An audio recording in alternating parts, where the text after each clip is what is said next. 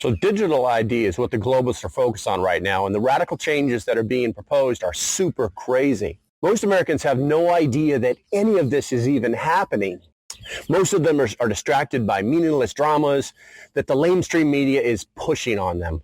Meanwhile, the globalists are achieving their goals at warp speed, and there is hardly any resistance to it at all. Here are 7 signs that the globalists are moving forward with their plans to control all of us.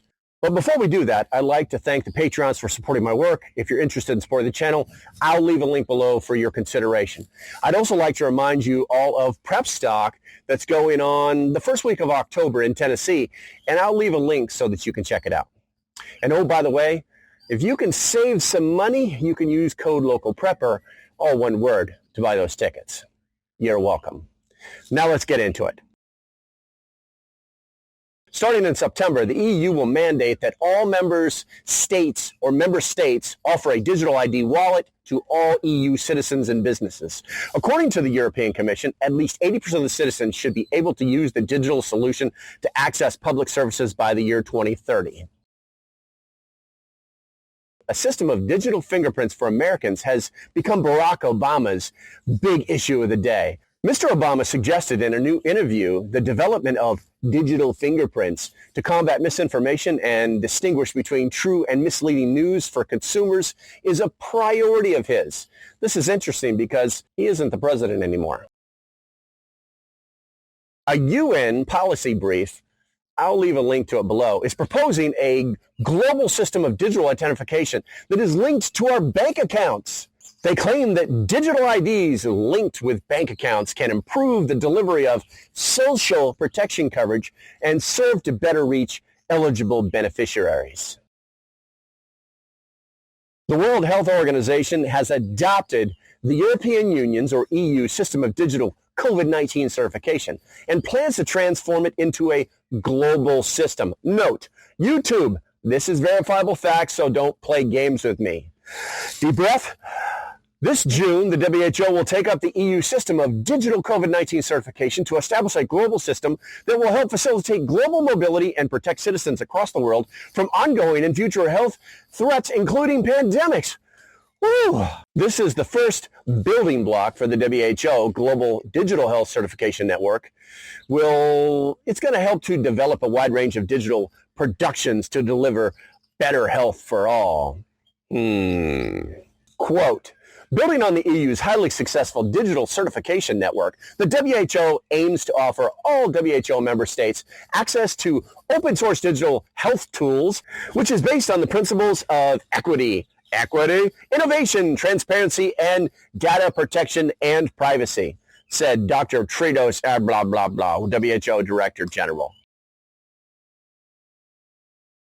Federal agencies in the United States have been purchasing massive amounts of information about U.S. citizens. That's right, you. The concern is that such information could potentially be used for harassment, public shaming, and stalking of Americans by their government. The allegation doesn't come from a pink-haired civil libertarian fanatic.